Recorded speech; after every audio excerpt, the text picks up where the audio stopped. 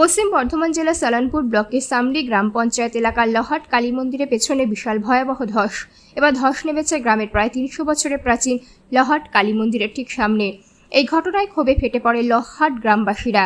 নিজেদের নিরাপত্তা এবং স্থায়ী পুনর্বাসনের দাবিতে রবিবার বিকেল থেকেই ইসিএল এর কয়লা খনির উৎপাদন ও পরিবহন ব্যবস্থা সম্পূর্ণ বন্ধ করে বিক্ষোভ দেখাতে থাকে। গ্রামবাসীদের অভিযোগ, দীর্ঘ কয়েক বছর ধরে সামরির এই বিস্তীর্ণ এলাকা ধসপ্রবণ হয়ে দাঁড়িয়েছে। গতকাল দুপুরে শতাব্দী প্রাচীন কালী মন্দিরের পেছনের এক অংশ হঠাৎ করেই ধসে যায়। মন্দির হেলে পড়ে এবং মন্দিরের পিলার সহ দেওয়ালে ফাটল ধরে। তাছাড়া মন্দিরের পাশেই রয়েছে শ্মশানঘাট।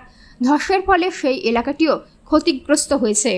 এই ঘটনায় গোটা গ্রাম জুড়ে তীব্র আতঙ্ক ছড়িয়ে পড়ে। বাসিন্দাদের দাবি, যে কোনো মুহূর্তে বড়সড় বিপর্যয় ঘটে প্রাণহানি হতে পারে।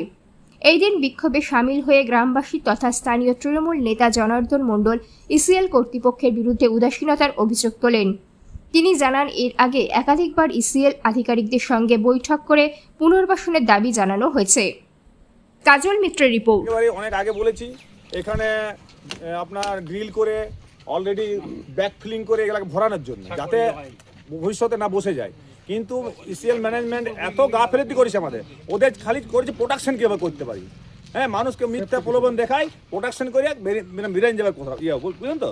তো যাই হোক, চলছে। কালকে 1:30টার সময় আমরা হঠাৎ খবর পেলাম এরকম একটা কালী মন্দির ধস নেমেছে। ধস নামার পর আমরা বললো সব এলো আমাদের গ্রাম থেকে বা যাদের এখানে তারা সব এলো।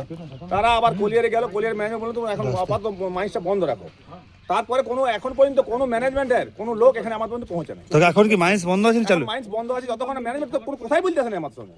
মাইন্স দীর্ঘদিন বন্ধ থাকবে যতক্ষণ আমাদের না হয়, বন্ধই থাকবে। আর আমরা আর ম্যানেজমেন্টের কথা আপনারা কি মাইন্সের সামনে ঘেরাও করেছেন না এখন কি সেরকম কালী মন্দির বন্ধ করে মানে বন্ধ করা হয়েছে? কারণ আমার সঙ্গে এখন মানে ম্যানেজমেন্ট লোক কোনো বসলো না। আচ্ছা, যে কি হলো কেন হলো দেখছি, কিছু কোনো কথাই বললেন না। কখন থেকে বন্ধ রেখেছে? কাল মোটামুটি 5-6টার পর থেকে বিকেল থেকে মাইন্স বন্ধ আছে। যখন আমরা ম্যানেজমেন্ট করে এলাম তখন আমরা গেলাম বাধ্যতা বন্ধ করতে, আসুক ম্যানেজমেন্ট, এখন পর্যন্ত আসে না। এখানে একটা ধস হয়ে যায়, ঠিক আছে, বিশাল একটা নিশ্চয়ই আপনারা ইতিমধ্যে দেখলেন, সেই ছবি আপনাদের কাছে হয়তো আছে। কিন্তু ধসটা হয়েছে টোটাল ইসিএল এর নেগলিজেন্সির জন্য। আমরা গ্রামবাসী বারবার বলেছিলাম যে আপনারা কিছুটা জায়গা নিয়েছেন, বাকি আমাদের গ্রাম থেকে টোটাল নিয়ে নেন, গ্রাম থেকে রিভ্যালিডেশন করে দেন।